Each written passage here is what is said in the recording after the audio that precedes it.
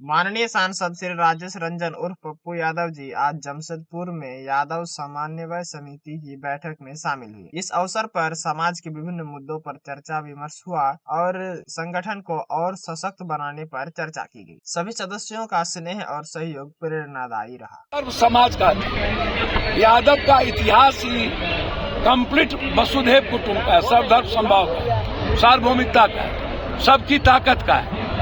यादव का इतिहास ही है इस देश की सभ्यता को बचाना। उसके लिए आज कोल्हान में पूरा परिवार हम लोग इकट्ठा हुए और हमारी ताकत को कोई कम ना आके हम अपनी ताकत शैक्षणिक आर्थिक रूप से खुद लेंगे।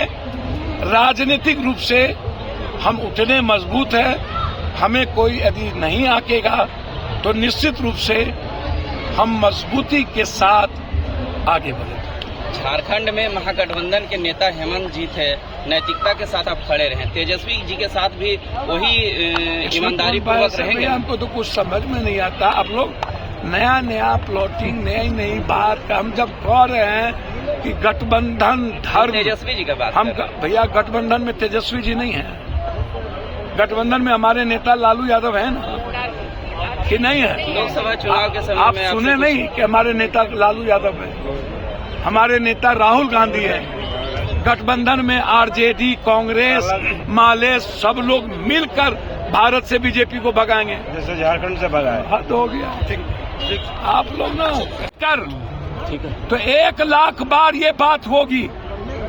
यदि 67% ईबीसी, एसटी, एससी के आरक्षण की बात है तो 100 करोड़ बार होगी। यदि जाति जनगणना में जादव कोई कुर्मी नहीं है, जाति जनगणना में ऊंची जात के लोग भी हैं, उनका स्तर भी समझना है। एसटी है, एससी है, ईबीसी है, ओबीसी है, जादव नहीं है, कोई कुर्मी नहीं है।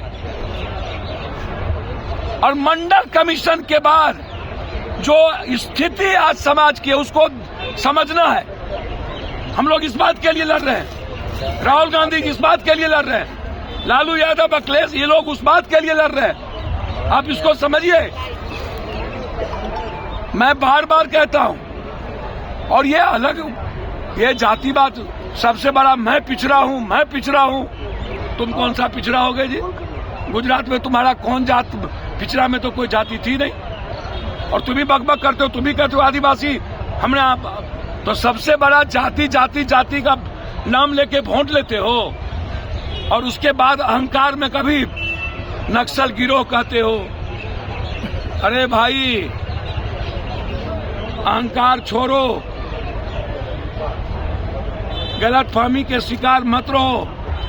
दिल्ली 3 बार के झूठ ने और अहंकार ने बीजेपी को ला दिया। बीजेपी नहीं आई है, 7% कांग्रेस का वोट, 43% आम आदमी, सीपीआई और लोगों को जोड़ लो, आपसे कितना ज्यादा वोट है?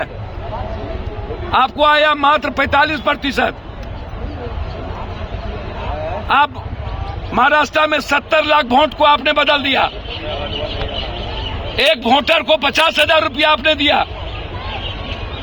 आप ईडी, सीबीआई का इस्तेमाल करते रहते हो। इसीलिए बिहार जैसे झारखंड की एकता के तहत सब लोग मिल के लड़े थे, वैसे ही बिहार हम लोग मार्च से जो परिस्थितियां हैं, बीजेपी देश से, बिहार से ही सफाया शुरू करें।